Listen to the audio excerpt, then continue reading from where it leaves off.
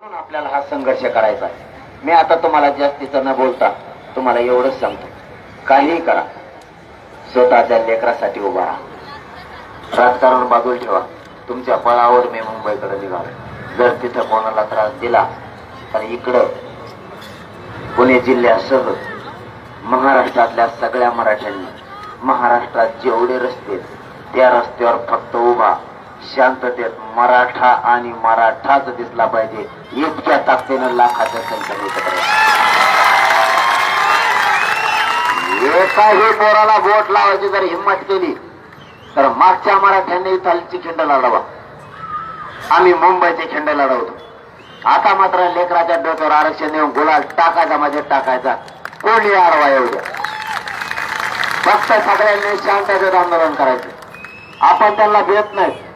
मला सरकार आता शत्रू मानायला लागले आणि त्यांनी मला शत्रू मानलं तरी मी त्यांना भेट नाही, कारण मी काय चूक नाही केली. मी माझ्या गोरगरीब मराठ्यांच्या पोराचं कल्याण व्हावं म्हणून मागणी केली. मी काय चुकीची केली नाही. एका टक्क्यावर जर पोर झोपलं ना घरी रडत यायला लागलंय. आधी घरी बनता बनता आपले लेकरं आपल्या मुलं आणि मुली वापस घरी यायला लागल्यात. ज्याचा मुलगा किंवा मुलगी एका टक्क्यावर हुकले ना त्याच्या आई बापाला फक्त एकदा जाऊन विचारा आरक्षणाची काय किंमत आहे, किंवा त्या पोराला विचारा आरक्षणाची काय किंमत आहे. म्हणून आपल्याला आरक्षण पाहिजे. काही करा पण हे एकजूट फुटू देऊ नका.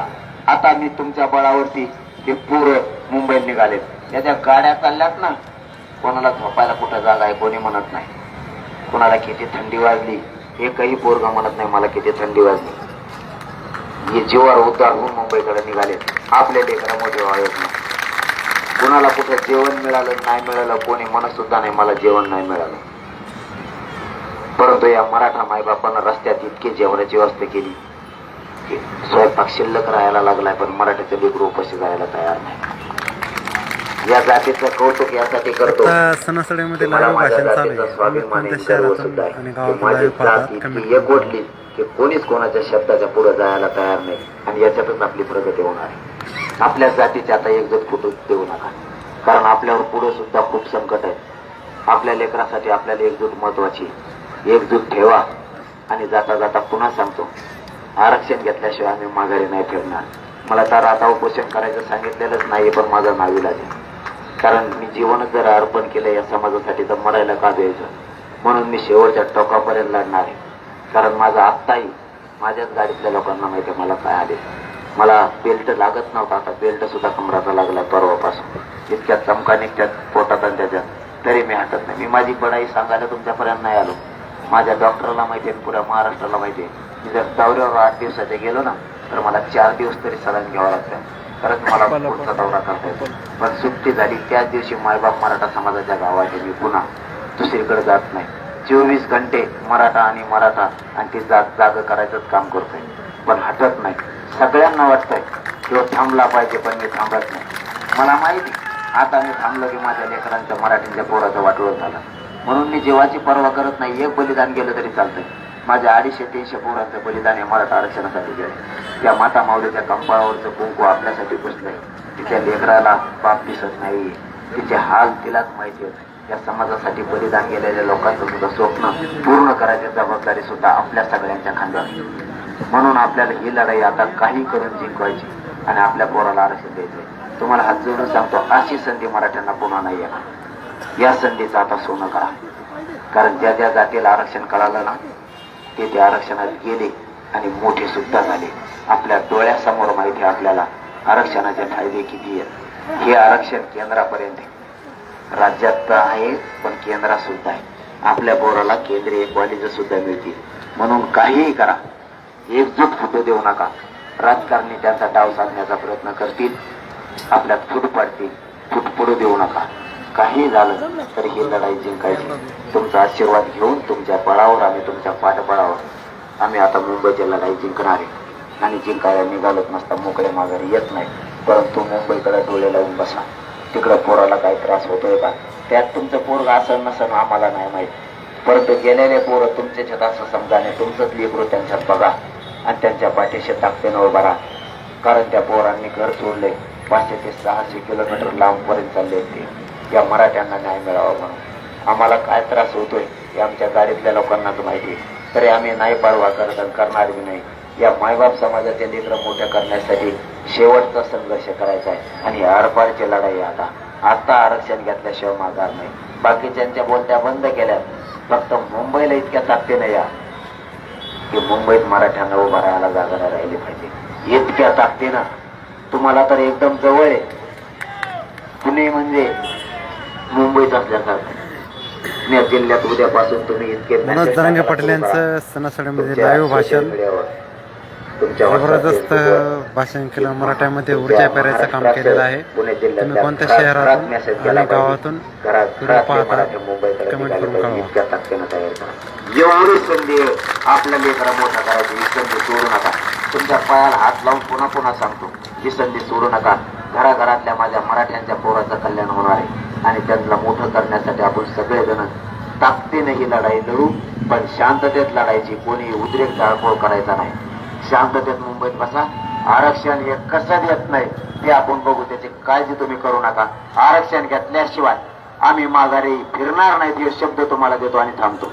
धन्यवाद. जय शिवराय.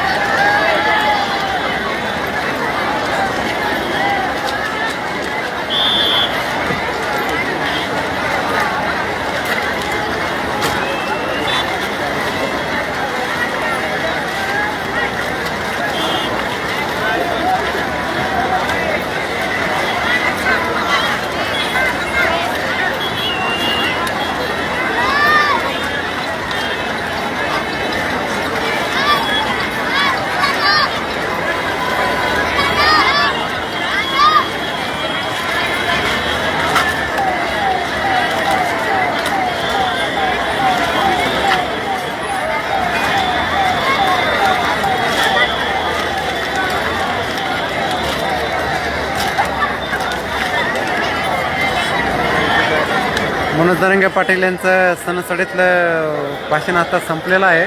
ते आता कोरेगावकडे प्रस्थान करत आहेत. एक 5 मिनिटाच्या आतमध्ये ते इथून निघतील. लोकांची गर्दी आता ओसरू लागलेली आहे.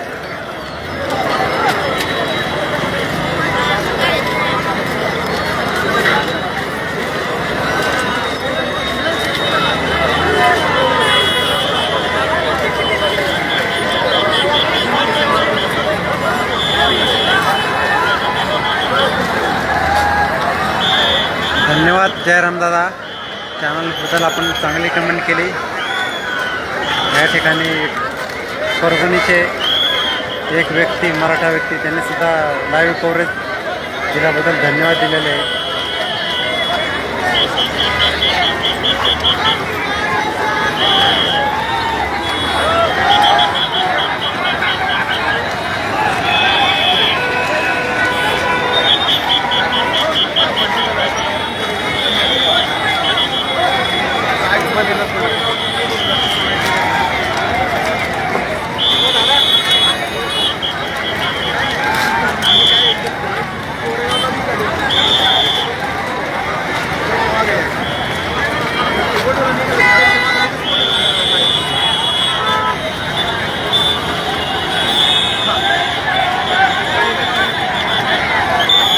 दादा जय शिवराय. धन्यवाद कमेंट केल्याबद्दल. मनोज दादा जरांगे पाटील यांची सणासुदीतील जाहीर सभा आणि मार्गदर्शन संपलेलं आहे. यांनी आता कोरेगावकडं वाघलीकडं प्रस्थान केलेलं आहे. निघालेले गर्दी पाहू शकता तुम्ही.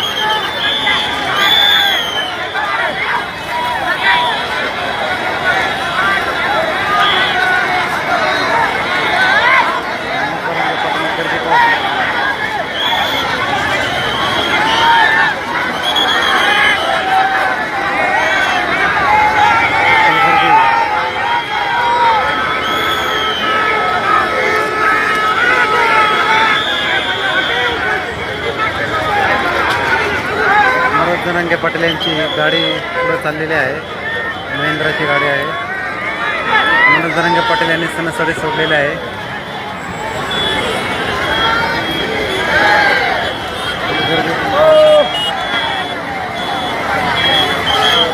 मनोज जरांगे पाटील यांनी सणसडी सोडलेले आहे आणि कोरेगावकडे प्रस्थान केलेलं आहे.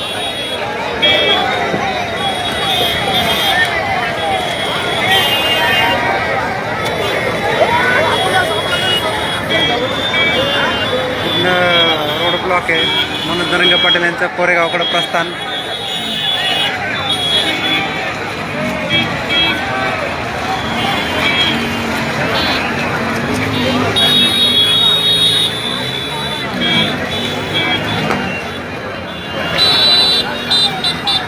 धन्यवाद. लाईव्ह कव्हरेज आता संपत आहे.